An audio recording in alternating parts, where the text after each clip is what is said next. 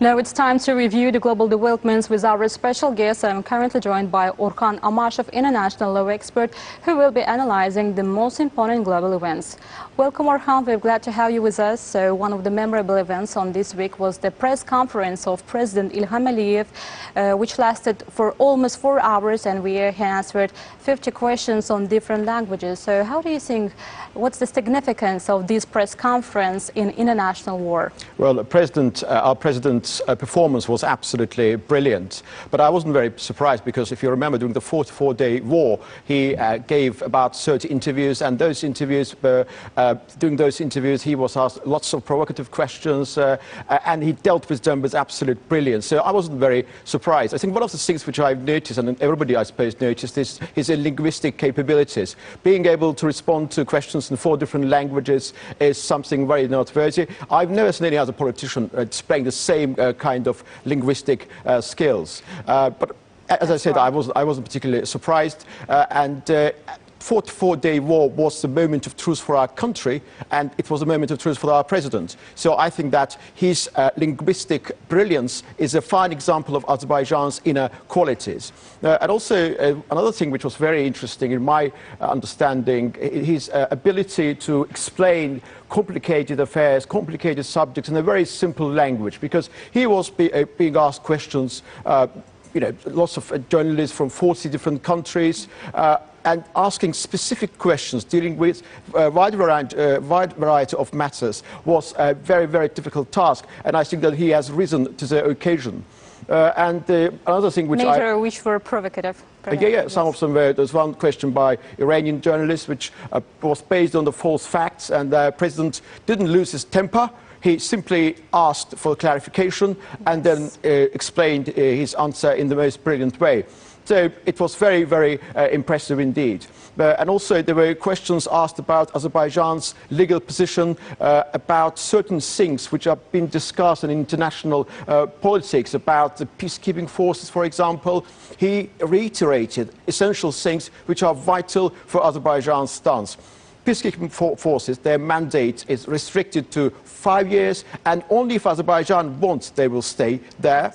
And also his answer to the question about the Russian language possibly being used as a state language in Nagorno-Karabakh was absolutely brilliant, because he made it very clear that we have only one language, Azerbaijani, which is a state language, but at the same time in Armenia they don't even have one single Russian school, whereas in Azerbaijan we have about 300 Russian schools. So the answer was very brilliant, very balanced, so it did reiterate our position, and he explained the way Azerbaijani military reforms will be taken forward.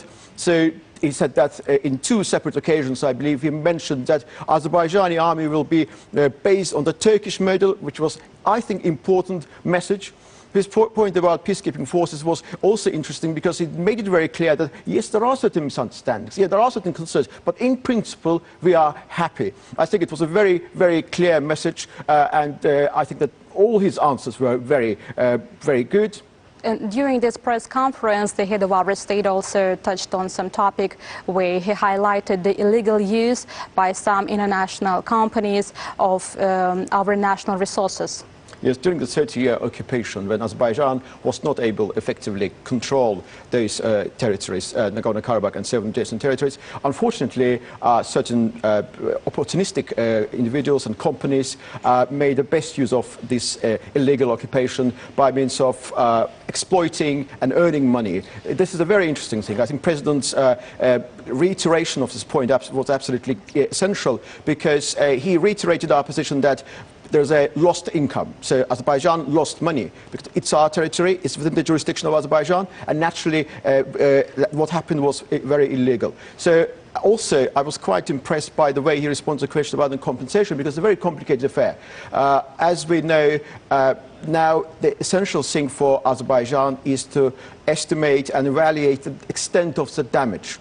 That's the first stage, and we are using drones and other technological innovations in order to establish what's the actual damage. And then, of course, there will be legal process. And the President said that there will be individual claims by individual Azerbaijanis, and for that individual claims to be made, there must be some kind of evaluation, some kind of, as we say, passporting of certain properties. And for that reason, I think that there will be both interstate claim of Azerbaijan against Armenia, and we know that already in line with Article 33 of European Convention on Human Rights, Azerbaijan has filed a lawsuit, but that is an interstate application, but also there will be individual claims. So I think that from the perspective of explaining the legal part of Azerbaijan's stance, that conference was very clear. It made it very clear that it's over. Nagorno-Karabakh conflict is over.